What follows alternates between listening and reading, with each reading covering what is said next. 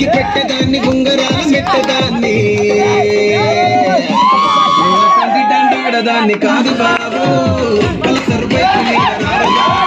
నేను దండాడదాన్ని కాదు బాబు Pulsar bike మీద రార బాబా